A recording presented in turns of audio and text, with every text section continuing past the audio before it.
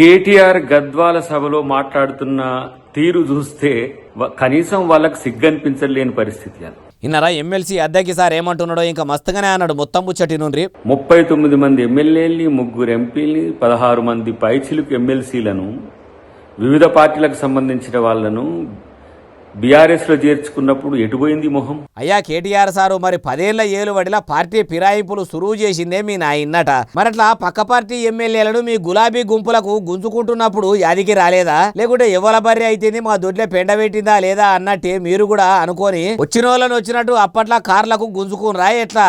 ఇక అద్దంకి సారు ఇక మీ గురించి కూడా చెప్పాలి. మీది ప్రజాప్రభుత్వము, పాలకులం కాదు సేవకులం అని చెప్పుకుంటారు. మా చేయి సర్కారు పబ్లిక్ ను మంచిగా చూసుకుంటుందని మీ లీడర్లు సిల్క పలుకులు వలుకుతారు.